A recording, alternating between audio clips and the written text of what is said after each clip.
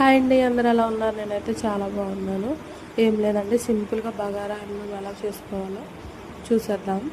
ఒక ఫ్రీగా ఉడికే బాండీ అయితే పెట్టుకోవాలండి, పెద్దది. దాంట్లోనే నేను ఒక స్పూన్ నెయ్యి అయితే వేసుకుంటున్నాను. దీనికి మెయిన్ నెయ్యి వల్లే మనకి ఫ్లేవర్ తగులుతుందండి.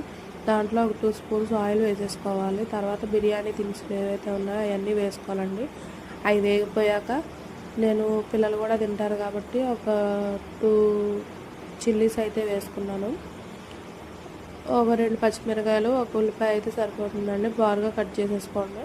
వేసేసుకొని బాగా వేయించుకోవాలండి. దాంట్లోనే బాగా వేగాక మనం కొంచెం అల్లం పేస్ట్ వేసుకోవాలి. అక్కడ నాకు స్కిప్ అయ్యింది, మీరైతే కంపల్సరీ వేసుకోండి, అదే ఫ్లేవర్ ఇస్తుందండి. మనం బియ్యం ముందే నానబెట్టేసుకోవాలండి. ఒక అరగంట ముందే నానబెట్టుకుంటే రైస్ అనేది బాగా కుక్ అవుద్ది, పొడి పొడిగా ఉంటుంది అన్నమాట. వేగాక మనం వాటర్ పోసేసుకోవాలి. మనకు మంచి బియ్యం అయితే 1కి 2 పోసుకోవచ్చు. నేనైతే 2కి కొంచెం తక్కువే పోసుకుంటానండి, ఒక పావు తక్కువ పోసుకుంటాను అనమాట. 2 గ్లాసులు బియ్యం తీసుకున్నాను కాబట్టి అటు ఇటుగా ఒక 4 పోసుకున్నానండి. వాటర్ పోసేసుకొని దాంట్లోనే గరం మసాలా, కొంచెం సాల్ట్ వేసుకొని బాగా కలుపుకోవాలి. హై ఫ్లేమ్లోనే పెట్టుకోవాలండి. హై ఫ్లేమ్లో పెట్టుకొని కాసేపు మూత పెట్టుకుంటే మరుగుతుంది. ఒక 10 మినిట్స్ అయితే సరిపోతుందండి.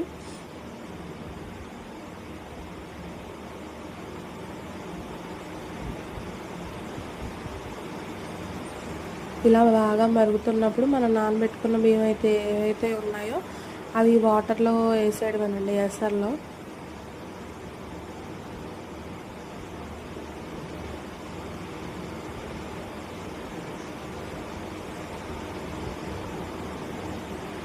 ఇలా వేసేసాక మొత్తం బియ్యం అనేది ఒక 10 నిమిషాలు అయితే హై ఫ్లేమ్లో పెట్టుకోవాలి. తర్వాత ఒక 5 మినిట్స్ 10 మినిట్స్ మీడియం ఫ్లేమ్లో పెట్టుకోవాలండి. పెట్టుకొని ఇక నేనైతే లాస్ట్లో ఒక 10 మినిట్స్ లో ఫ్లేమ్లో పెట్టుకుంటాను. పెట్టుకొని దాని మీద ఏదన్నా బరువు పెట్టుకోవాలండి.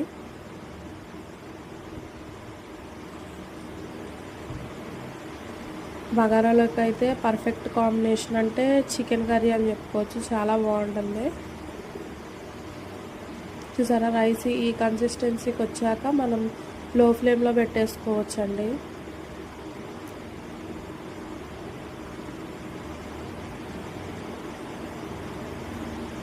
మన రైస్ అయితే ఆల్మోస్ట్ అయిపోయింది. చూసారా ఎంత పొడి పొడిగా వచ్చిందో, మెత్తగా. అంటే పిల్లలు కూడా తినగలిగేలాగే ఉంటుందండి. నేనైతే పక్కన చికెన్ కర్రీ కూడా కుక్ చేసుకుంటున్నాను అనమాట.